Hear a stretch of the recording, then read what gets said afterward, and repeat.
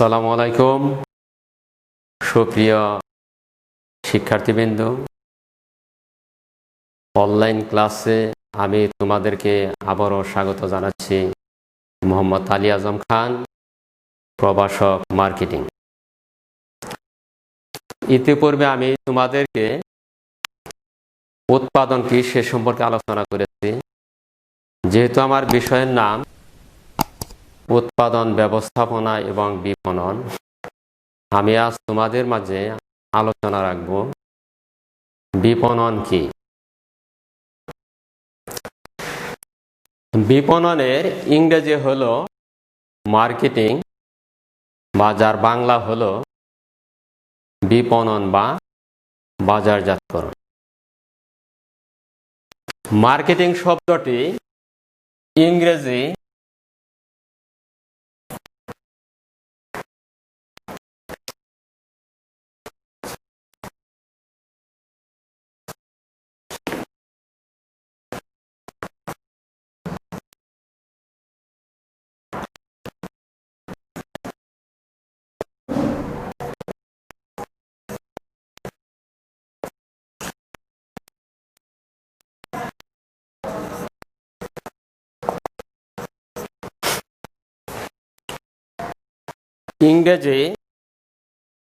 বা ল্যাটিন শব্দ মার্কেটার থেকে মার্কেট এবং মার্কেটিং শব্দের উৎপত্তি।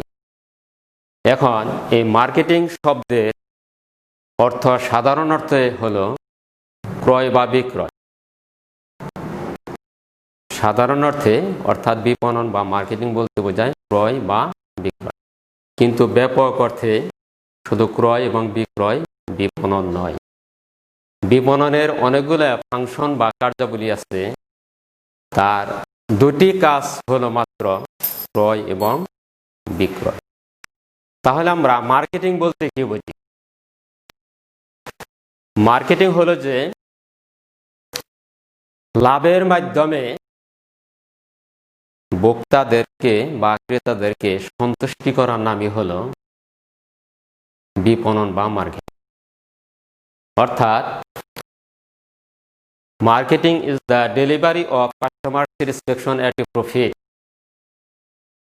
অর্থাৎ আমাকে লাভও করতে হবে, ভোক্তা বা ক্রেতাদেরকে সন্তুষ্ট করতে হবে, সেটাকে বলা হবে কি মার্কেটিং বা বিপণন। আর সব সময় জেনে বিপণনকারী তাকে ভাবতে হবে যে আমার কাস্টমার বা ক্রেতাই হলো অল ইন। এজন্য ইংরেজিতে একটা কথা আছে যে customer is the king and queen. ভোক্তারা হলো রাজা বা রানী। এখন আমি এই বিপণন সম্পর্কে একটি সংজ্ঞা লিখেছি বোর্ডে, সেটা হলো ফিলিপ কুটলার। তার আগে বলে নেই, ফিলিপ কুটলার হলো আধুনিক বিপণনের জনক। অর্থাৎ আধুনিক বিপণনের জনক হলো ফিলিপ কুটলার।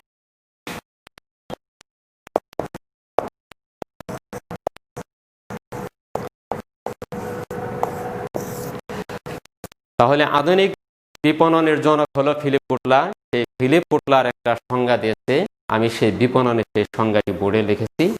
প্রিয় শিক্ষার্থী, তোমরা সেটা লক্ষ্য করো যে বিপণন হলো এমন একটি সামাজিক ও ব্যবস্থাপকীয় প্রক্রিয়া যেখানে ক্রেতা ভ্যালু সৃষ্টির মাধ্যমে লাভজনক উপায়ে ক্রেতাদের সন্তুষ্টি বিধান ও দীর্ঘমেয়াদী ক্রেতা সম্পর্ক সৃষ্টি ও ধরে রাখে। আমি আবার বলছি যে বিপণন হলো এমন একটি সামাজিক ও ব্যবস্থাপকীয় প্রক্রিয়া যেখানে ক্রেতা ভ্যালু সৃষ্টির মাধ্যমে লাভজনক উপায়ে ক্রেতাদের সন্তুষ্টি বিধান ও দীর্ঘমেয়াদী ক্রেতা সম্পর্ক সৃষ্টি ও ধরে রাখা। এখন আমি যদি বিপণনের এই ফিলিপ কুটলারের এই সংজ্ঞাটি বিশ্লেষণ করি, তাহলে বিপণনের কতগুলো কি পয়েন্ট বা মৌলিক ধারণা পাই। সেই মৌলিক ধারণাগুলো হলো কি: এক, নিশ,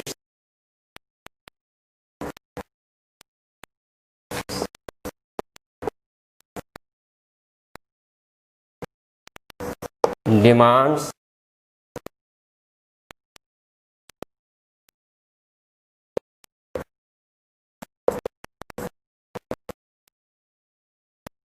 মার্কেটিং অফার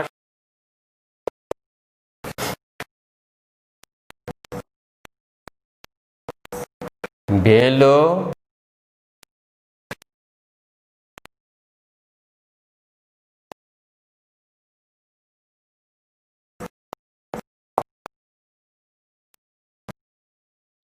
ট্রানজাকশন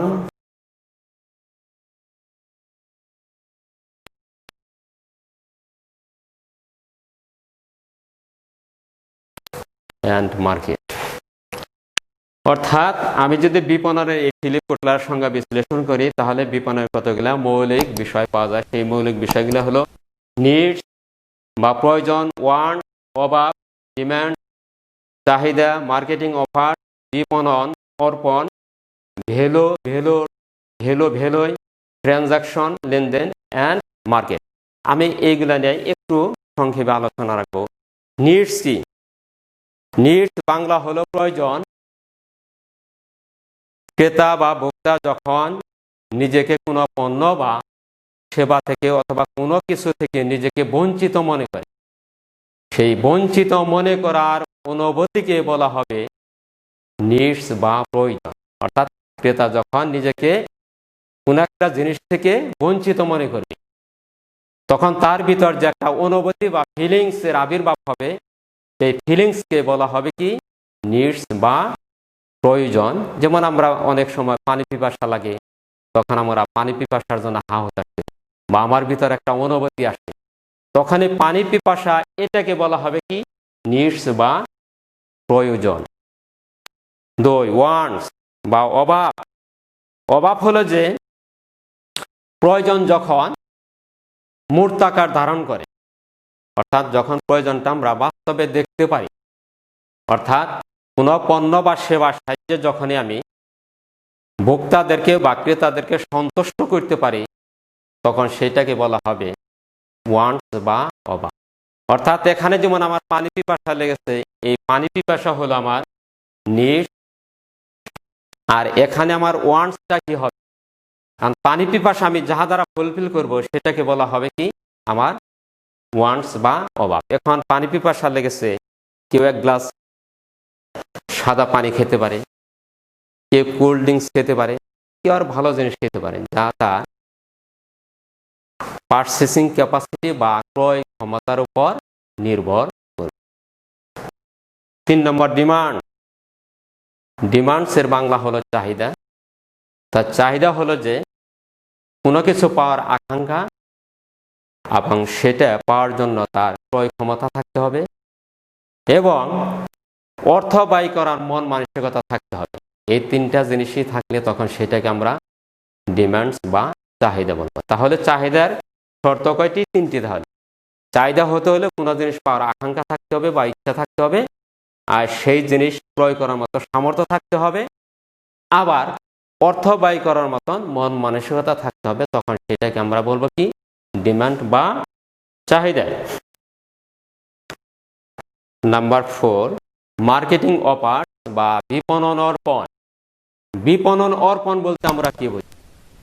বিপণন অর্পণ হলো যে ক্রেতা বা ভোক্তাকে সন্তুষ্টি করার জন্য যাহা কিছু প্রদান করা হয় সেটাকে বলা হবে মার্কেটিং অফার্স বা বিপণন অর্পণ। এখন এই অর্পণ কি কি অর্পণ করতে পারি আমরা? এখানে অর্পণ হইতে পারে আমাদের প্রোডাক্ট হইতে পারে, সার্ভিস হইতে পারে, অভিজ্ঞতা হইতে পারে। অর্থাৎ এই অর্পণের ভিতর আবার আমি একজন ক্রেতা বা ভোক্তাকে আমি এই 3টা উপায়ে কি করতে পারি? সন্তুষ্ট বা খুশি করতে পারি। কি দিয়ে করতে পারি তাহলে? 1 হলো প্রোডাক্ট বা পণ্য, 2 হলো সার্ভিস বা সেবা, 3 হলো অভিজ্ঞতা। এখন পণ্য কি?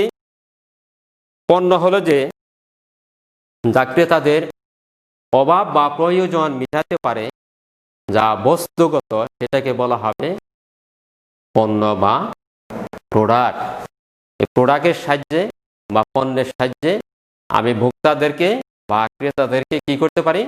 সন্তুষ্ট বা খুশি করতে পারি। মার্কেটিং অফার্সের আরেকটা এলিমেন্ট হলো সার্ভিস বা সেবা। সার্ভিস কি? সার্ভিস হলো যে এমন কতগুলা কার্যক্রম বা উপকারিতা যা অদৃশ্যমান, যা এক পক্ষ আরেক পক্ষকে প্রদান করে, বিনিময়ে কোনো মালিকানা সত্ত্ব হস্তান্তরিত হয় না, সেটাকে বলা হবে সার্ভিস বা সেবা। যেমন আমি এখন পড়াইতেছি, আমার থেকে আমার পড়াকে কখনো কি করা যাবে না, আলাদা করা যাবে, এটাকে বলা হবে কি সার্ভিস বা সেবা। অর্থাৎ সার্ভিস হলো যে তাহলে এমন কতগুলা কার্যক্রম বা উপকারিতা যা অদৃশ্যমান, যা এক পক্ষ আরেক পক্ষকে কি করে প্রদান করে, বিনিময়ে মালিকানা সত্ত্ব কি হয় না, হস্তান্তরিত হয় না, এটাকে বলা হবে সার্ভিস বা সেবা। অভিজ্ঞতা, মার্কেটিং অফার্সের আরেকটা এলিমেন্টস বা উপাদান হলো অভিজ্ঞতা। অভিজ্ঞতা হলো যে কোনো একটা বিষয়ে আমার জ্ঞান ছিল না, সেই বিষয়ে জ্ঞান অর্জন করা, অর্থাৎ বাস্তবসম্মত কোনো জ্ঞান অর্জন করার নামই হলো কি অভিজ্ঞতা। এখানে অভিজ্ঞতা বলা হয়েছে যে ক্রেতা বা ভোক্তা যখনই কোনো পণ্য বা সেবা ক্রয় করবে, তখন তাকে এই পণ্য বা সেবা সম্পর্কে তাকে পূর্বেই ধারণা দিতে হবে। 5, ভ্যালু।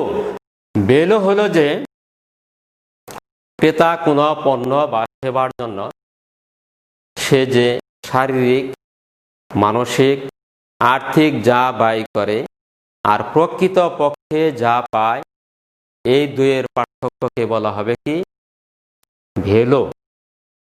আমি আবার বলছি যে ক্রেতা বা ভোক্তা কোনো পণ্য বা সেবার জন্য সে যে আর্থিক, মানসিক এবং শারীরিক যা কিছু ব্যয় করে আর প্রকৃত পক্ষে যা পায়, এই দুইয়ের পার্থক্যের উপলব্ধিকে বলা হবে কি ভ্যালু।